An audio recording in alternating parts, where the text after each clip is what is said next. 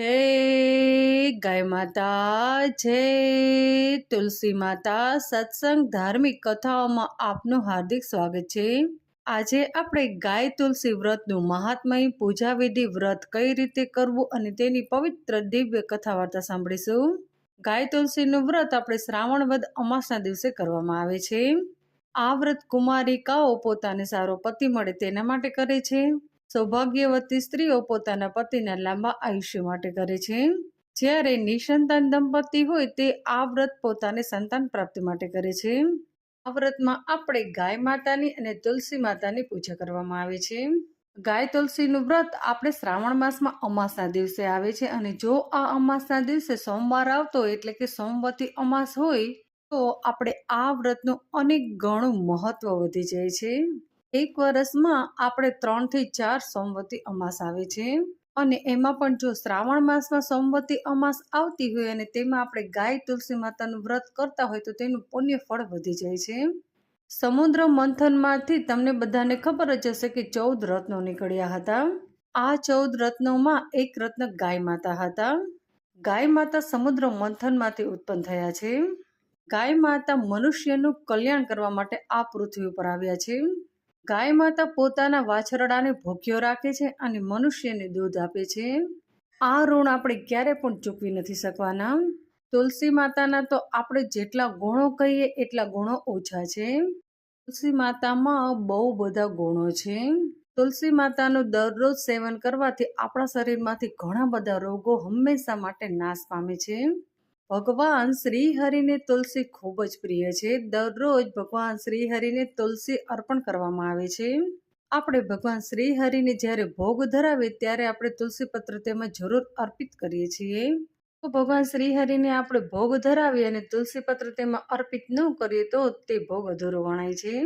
તુલસી માતા આ પૃથ્વી ઉપરના પવિત્રમાં પવિત્ર છે. જ્યારે કોઈ પણ વ્યક્તિ મૃત્યુ પામે ત્યારે તેના મુખમાં તુલસી પત્ર મૂકવામાં આવે છે, કેમ કે આમ કરવાથી તેને વૈકુંઠ પ્રાપ્ત થાય છે. કોઈ પણ વ્યક્તિ મૃત્યુ પામ્યો હોય ત્યારે તેની અંતિમ ક્રિયા કરવામાં આવે છે. આ અંતિમ ક્રિયા વખતે તેના ઉપર જો તુલસીનો સુકાઈ ગયેલો પૌધો મૂકવામાં આવે તો તેને સ્વર્ગ પ્રાપ્ત થાય છે અને જેટલા પણ તેને પાપો કર્યા હોય તે બધામાંથી તે મુક્ત થઈ જાય છે. કોઈ પણ વ્યક્તિનું મૃત્યુ તુલસીના પૌધા પાસે થાય તો તેને સ્વર્ગલોક પ્રાપ્ત થાય છે અને તે બધા જ ઋણોમાંથી મુક્ત થઈ જાય છે. ભગવાન શ્રી કૃષ્ણને ગાય ખૂબ જ પ્રિય છે. ભગવાન શ્રી કૃષ્ણ જ્યારે ગોકુળમાં હતા ત્યારે તે ગાયો ચરાવતા હતા.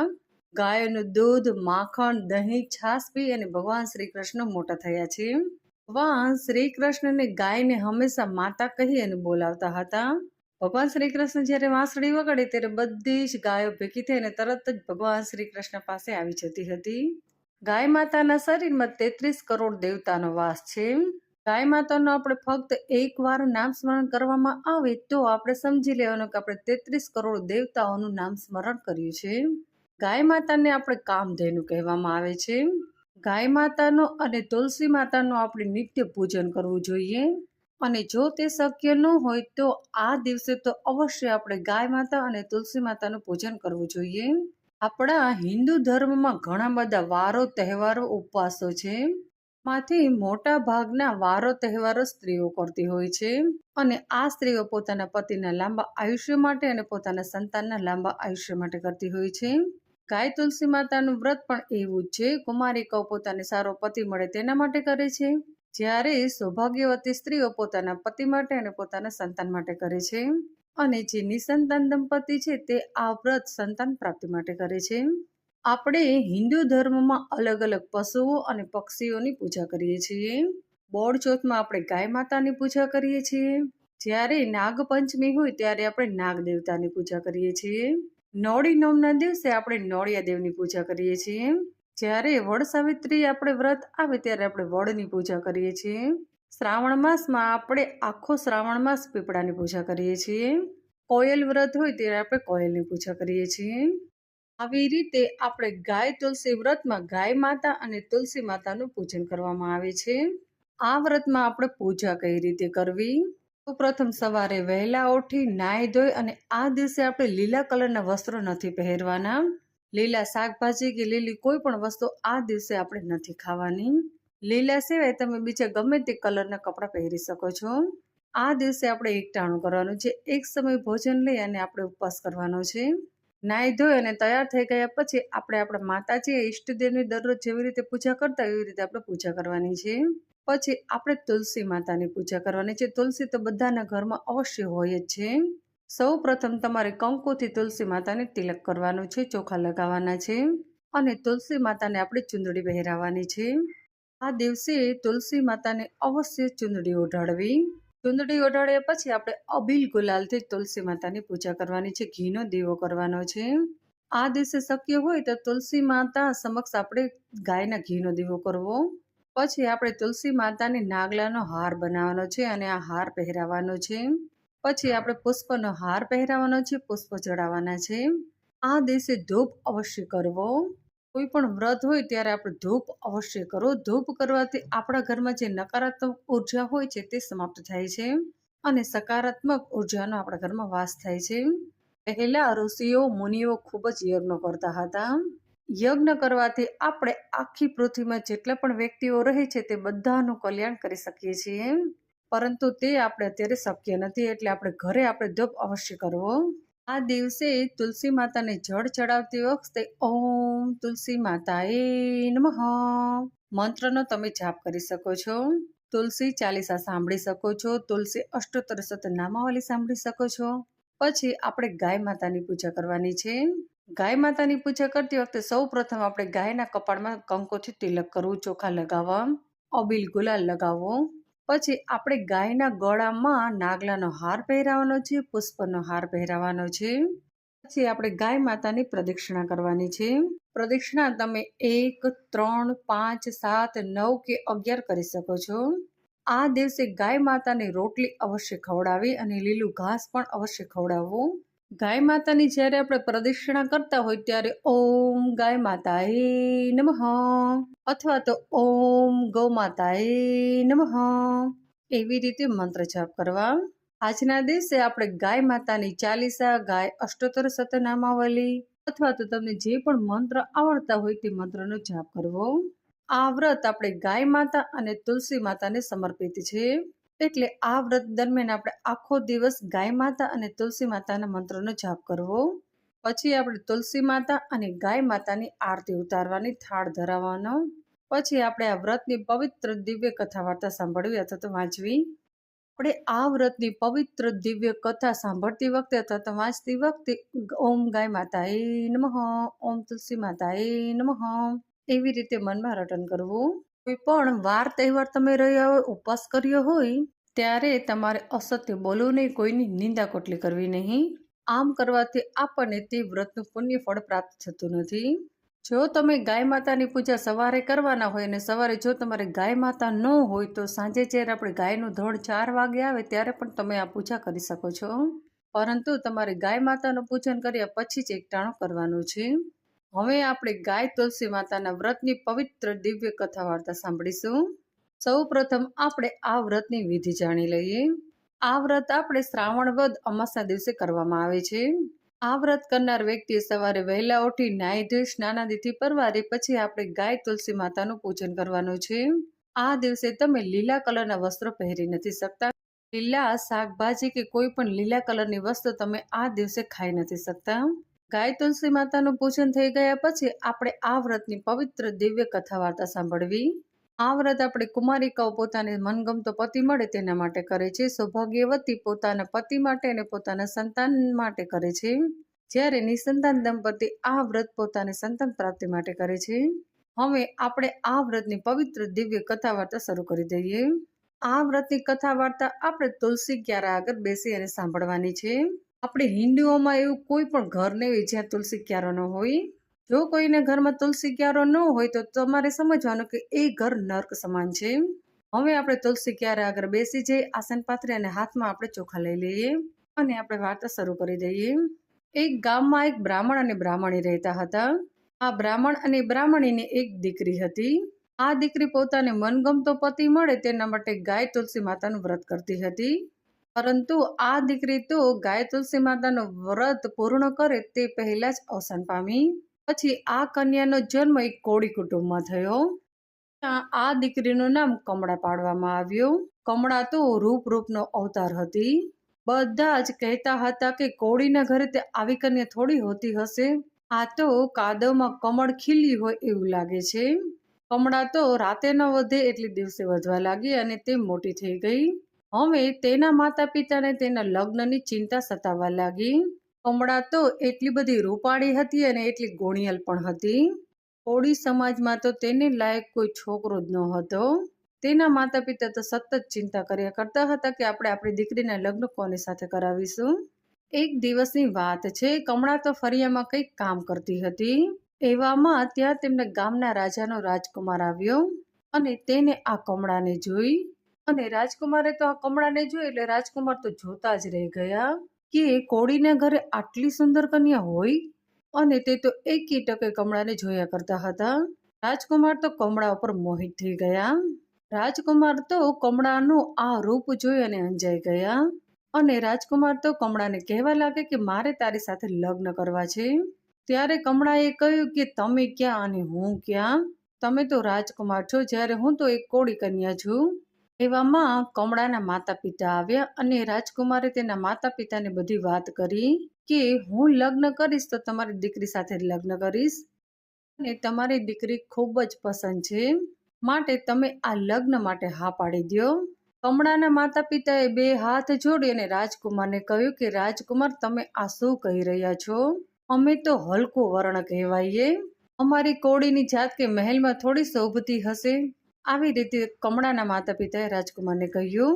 પરંતુ છતાં પણ કુંવર તો એકનો મેઘ ન થયો અને તે ખૂબ જ જીદ કરવા લાગ્યો કે હું લગ્ન કરીશ તો તમારી દીકરી સાથે જ કરીશ. આપણે ગુજરાતીમાં એક કહેવત છે કે રાજાને ગમે તે રાણી અને છાણા વીણતી આણી. આ કહેવત અનુસાર રાજકુમારે તો આ કોળી કન્યા કમળા સાથે લગ્ન કર્યા. લગ્ન કરી અને રાજકુમાર તો કમળાને રાજમહેલમાં લઈ આવ્યો. કુંવરના માતા પિતા તો કમળાનું રૂપ જોઈ અને અંજાઈ ગયા અને તે તો ખુશ થઈ ગયા. અને રાજકુમારની માતાએ તો વરઘોડી અને વધાવી લીધા. રાજકુમાર અને કમળા તો રાજમહેલમાં ખુશીથી રહેવા લાગ્યા. કમળાને હવે બધા રાણી કહેતા હતા. તેનું નામ રાણી પાડ્યું હતું રાજકુમારે. સમય જતા રાજકુમારને તો રાજા બનાવવામાં આવ્યા અને રાજકુમાર અને કમળા રાણી તો આ રાજમહેલમાં મજા કરવા લાગ્યા. થોડા દિવસ પછી રાજા તો પોતાની કમળા રાણીને લઈ અને મૃગિયા રમવા આવ્યા. ત્યાં તેઓ ખૂબ જ આનંદ મસ્તીથી પોતાનો સમય પસાર કરવા લાગ્યા. એવામાં કમળા રાણીને તો તરસ લાગી અને તે સરોવરમાં પાણી પીવા માટે ગઈ. ત્યાં કેટલી બધી સ્ત્રીઓ ગાય તુલસી માતાનું વ્રત કરી રહી હતી. આ જોઈ અને કમળાને પણ પોતાના પતિની રક્ષા માટે અને સંતાન પ્રાપ્તિ માટે આ વ્રત કરવાની ઈચ્છા થઈ. રાણી તો રાજા પાસે આવી અને રાજાને કહ્યું કે મારે ગાય તુલસીનું વ્રત કરવું છે. ત્યારે રાજાએ હા પાડી દીધી, સંમતિ આપી દીધી. ત્યાર પછી શ્રાવણ માસ આવ્યો અને શ્રાવણ માસની અમાસ આવી એટલે કમળા રાણીએ તો ગાય તુલસી માતાનું વ્રત આરંભ કરી દીધું. રાણી તો વ્રત પાડે છે, નિયમ પાડે છે, સાદું ભોજન કરી અને એકટાણા કરે છે. ગાય માતા અને તુલસી માતાની પૂજા કરી અને ગાય માતા અને તુલસી માતાની પરિક્રમા કરે છે. ગાય માતાને તો તે ઘાસ ખવડાવે છે અને તુલસી માતા આગળ તે દીવો પ્રગટાવે છે. પરંતુ આ રાણી વ્રત કરતી હતી તે તેના સાસુને ગમતું ન હતું. ત્યારે તેની સાસુએ તો જાણી જોઈ અને આ રાણી માટે લીલા કલરના વસ્ત્રો મોકલ્યા. આ રાણી તો ખૂબ જ હોશિયાર હતા, માટે તેમના સાસુએ જે વસ્ત્રો મોકલ્યા હતા તે તેમના કબાટમાં મૂકી અને બીજા રંગના વસ્ત્રો પહેર્યા. તે પોતાની સાસુનું અપમાન કરવા નહોતી માંગતી. પછી જ્યારે કમળા રાણીને જમવાનો ટાઈમ થયો ત્યારે તેને થાળીમાં લીલા કલરના શાકભાજી મોકલ્યા. ટીંડોળાનું શાક બનાવ્યું અને મોકલ્યું. ત્યારે કમળા રાણીએ તો આ શાક ભોંયમાં ભંડારી દીધું અને રોટલી અને છાશ ખાઈ અને એકટાણું કર્યું. આવી રીતે તેના સાસુને ખબર પણ ન પડી અને કમળા રાણીનું વ્રત થઈ ગયું. આવી રીતે રૂપાળી કમળા રાણીએ તો વ્રત આદર્યું અને પૂરું પણ કર્યું. આ વ્રતના પ્રતાપે તો રાણીને સારા દિવસો રહ્યા. આ વાત સાંભળી અને રાજાની અન્ય રાણી તો ઈર્ષા કરવા લાગી. કમળા રાણીને તો 5મો મહિનો બેઠો એટલે રાખડી બાંધવાની વાત થઈ. ત્યારે કમળા રાણીની સાસુએ કહ્યું કે કોળીની કન્યાને વળી રક્ષા કેવી અને રાખડી કેવી. પરંતુ કમળા રાણીની સાસુએ વિચાર્યું કે આપણે કુળની રીત પ્રમાણે આપણે કમળા રાણીને રાખડી બાંધવી પડે. માટે કમળા રાણીની સાસુએ તો 4 રસ્તાની માટી લીધી, હનુમાનજીનું સિંદૂર લીધું, લોઢાની ચૂક લીધી, કાળા ઊનનો દોરો લીધો અને એક કોરા વસ્ત્રનો ટુકડો લીધો. આમ કરી અને તેણે તો કમળા રાણીને હાથે રાખડી બાંધી દીધી. પછી તો કમળા રાણીને 7મો મહિનો બેહી ગયો. ત્યારે તેને પોતાની સાસુને કહ્યું કે બા, મારે ખોળો ભરવાનો સમય થઈ ગયો છે. પરંતુ તેના સાસુને તો જરા પણ ગમ્યું નહીં. અને રાજાની બીજી જે રાણીઓ હતી તે પણ કહેવા લાગી કે કોળીની કન્યાને ખોળા સેના અને ઓળા સેના. પરંતુ રાજાના આદેશ મુજબ અને રાજકુળના રિવાજ મુજબ કમળા રાણીને ખોળો ભરવામાં આવ્યો. કમળા રાણીની સાસુએ તો કમળા રાણીના ખોળામાં લીલું નાળિયેર નાખ્યું અને મગ નાખ્યા અને શુકરની કેટલી બધી સોના મહોરો આપી. આમ ખોળો ભરી અને કમળા રાણીને તો વિદાય કરવામાં આવી. થોડા વખતમાં તો કમળા રાણીએ એક સરસ દેવ જેવા દીકરાને જન્મ આપ્યો અને આખા નગરમાં બધે આનંદ છવાઈ ગયો. પરંતુ કમળા રાણીના સાસુ અને બીજી જે 5 રાણીઓ રાજાની હતી તે બળી અને ખાક થઈ ગઈ, કેમ કે આ 5 રાણીને કોઈ પણ સંતાન ન હતા. કમળા રાણી તો પોતાના રૂપના અંબાર જેવા પુત્રને લઈ અને મહેલમાં આવી. રાજાએ તો પોતાના પુત્રનું નામ ગાંધર્વ રાખ્યું. ગાંધર્વ તો ધીરે ધીરે મોટા થવા લાગ્યા. ગાંધર્વને મોટો થઈ ગયેલો જોઈ અને આ 5 રાણીઓએ તો એક કાવતરું કર્યું. 5 રાણીએ વિચાર્યું કે આપણે ગાંધર્વનું કાસળ કાઢી નાખીએ. અને આ 5 રાણીએ તો ગાંધર્વને મારવા માટે એક કાવતરું ઘડ્યું. એક દિવસની વાત છે, ગાંધર્વ સૂતો હતો. પછી તો આ 5 રાણીઓ એક દાસીને બોલાવી અને દાસી મારફતે ગાંધર્વને બહાર લઈ આવ્યા મહેલની બહાર. અને એક ઉકરડામાં આ ગાંધર્વને દાટી દેવામાં આવ્યો. પરંતુ રામ રાખે એને કોણ ચાખે, એવામાં ઉકરડા પાસે એક ગાય આવી અને આ ગાયે તો પોતાના શિંગડા વડે ગાંધર્વને બહાર કાઢ્યો. ગાય માતાને ખબર પડી ગઈ હતી કે આ ઉકરડામાં એક છોકરાને દાટી દેવામાં આવ્યો છે. ગાય માતાએ આ ગાંધર્વને બહાર કાઢ્યો. ગાય માતાએ આ ગાંધર્વને બહાર કાઢ્યો એટલે ગાંધર્વ તો ગબડતો એક પીપળાના વૃક્ષ નીચે પડ્યો. પીપળાના વૃક્ષની પાસે એક તુલસીનો છોડ હતો. એ વખતે ત્યાં એક સુથારની કન્યા આવી. આ સુથારની કન્યા ગાય તુલસી માતાનું વ્રત કરતી હતી. સુથારની કન્યા તો તુલસી માતાની અને ગાય માતાની પૂજા કરવા માટે પીપળાના વૃક્ષ પાસે આવી હતી. આ દીકરીએ તો આ રાજકુમારને બેભાન અવસ્થામાં જોયો અને આ દીકરીને કોઈ ભયલો ન હતો. અને આ દીકરી તો રાજકુમારને લઈ અને પોતાના ઘરે આવી અને પોતાના માતા પિતાને કહેવા લાગી કે હું ગાય તુલસીનું વ્રત કરું છું. ગાય માતાએ અને તુલસી માતાએ મને એક ભયલો આપ્યો છે. તેના માતા પિતાએ કહ્યું કે તને આ ક્યાંથી મળ્યો? ત્યારે આ દીકરી કહેવા લાગી કે હું તુલસી માતા અને ગાય માતાનું પૂજન કરવા ગઈ હતી, ત્યાં આ ભયલો હતો. આ ભયલો મને ગાય માતાએ અને તુલસી માતાએ આપ્યો છે. ત્યારે તેના માતા પિતાએ કહ્યું કે આને તું કોને પૂછી અને આપણા ઘરે લાવી છું? ત્યારે આ દીકરીએ કહ્યું કે ત્યાં બીજું કોઈ જ નહોતું, એક ગાય માતા હતા. અને મેં ગાય માતાને પૂછ્યું કે ગાય માતા આ ભયલો કોનો? ત્યારે ગાય માતાએ કહ્યું કે એને જે પ્રેમ કરે તેનો, તેની સાથે જે રમે તેનો ભયલો. ત્યારે મેં ગાય માતાને કહ્યું કે હું આને પ્રેમ કરીશ અને હું આની સાથે રમીશ. તો પછી ગાય માતાએ કહ્યું કે આ ભયલો તારો, તું તારા ઘરે લઈ જા. પોતાની દીકરીની આવી વાત સાંભળીને તેના માતા પિતા પણ ખુશ થયા. તેમને કોઈ દીકરો ન હતો એટલે આ રાજકુમારને તેમને રાખી લીધો. સુથારે તો રાજકુમાર માટે અલગ અલગ ઘણા બધા લાકડાના રમકડા બનાવી આપ્યા. લાકડાના ઘણા બધા ઘોડાઓ બનાવી આપ્યા. એક દિવસ રાજકુમાર તો પોતાના લાકડાના ઘોડાને લઈ અને સરોવર પાસે આવ્યો અને ત્યાં આવી અને પોતાની કાલીવાલી ભાષામાં ઘોડાને કહેવા લાગ્યો કે લે ઘોડા પાણી પી. એ વખતે કમળા રાણીની એક દાસી હતી, તે કપડાં ધોવા માટે સરોવરમાં આવી હતી. આ દાસી તો રાજકુમારની આવી કાલીવાલી ભાષામાં ઘોડાને કહેતો હતો કે લે ઘોડા પાણી પી. એ જોઈ અને દાંત કાઢવા લાગી અને તે બોલી ઉઠી કે સુથારના છોકરા તો લાકડાના ઘોડાને પાણી પીવડાવવા માટે નીકળ્યા છે અને ગમારના છોકરા તો ગમાર જ હોય. આ સાંભળીને રાજકુમારે તો એક પાણો ઉઠાવ્યો અને આ પાણો સીધો દાસીને માર્યો. આ પાણો તો દાસીના કપાળે વાગ્યો અને દાસીનું કપાળ ફૂટી ગયું અને દાસીના કપાળમાં તો લોહી નીકળવા લાગ્યું. બીજી દાસીઓ હતી તે તો ગભરાઈ ગઈ અને આ દાસીને લઈ અને રાજમહેલમાં આવી ગઈ. દાસી તો મહેલમાં આવી એટલે કમળા રાણીને બધી વાત કરી. દાસીની આ વાત સાંભળીને કમળા રાણી તો ખૂબ જ ક્રોધે ભરાયા અને ક્રોધમાં કહ્યું કે 2 કોડીના સુથારના દીકરાને એટલી બધી હિંમત કે દાસી ઉપર હાથ ઉપાડ્યો. ગમે તેમ કરી અને તે છોકરાને અહીં રાજમહેલમાં લઈ આવો. થોડી વારમાં તો બધા સિપાહીઓ રાજકુમારને દોરડાથી બાંધી અને રાજમહેલમાં લઈ આવ્યા અને આ રાજકુમારને તો રાણી સમક્ષ ઊભો રાખ્યો. રાણીએ આ છોકરાને જોયો અને છોકરાએ પણ રાણીને જોઈ. એકબીજા સમક્ષ જોયું. ત્યાં તો એક ચમત્કાર થયો. રાણીના બંને સ્તનમાંથી દૂધની છેડ છૂટી અને સીધી રાજકુમારના મોંમાં જઈ અને પડી. કમળા રાણીએ તો પોતાના દીકરાને ઓળખ્યો અને તેના દીકરાએ પણ પોતાની માતાને ઓળખી. ત્યારબાદ પેલી સુથારની છોકરીને બોલાવવામાં આવી અને સઘળી વાત કરી. પછી તો સુથારની છોકરીએ રાણીને બધી વાત કરી અને આ છોકરીની વાત ઉપરથી કમળા રાણીને ખબર પડી કે ઈર્ષાળુ 5 રાણીઓએ મારા દીકરાને મારવાની કોશિશ કરી છે, કાવતરું ઘડ્યું છે. મારા દીકરાને ઉકરડામાં દાટી દીધો હતો, પરંતુ ગાય માતાએ મારા દીકરાને બચાવ્યો છે અને આ સુથારની છોકરીએ મારા દીકરાને પોતાના ઘરે લઈ જઈ અને તેને જીવનદાન આપ્યું છે. પછી તો રાજા આવ્યા એટલે કમળા રાણીએ બધી વાત કરી.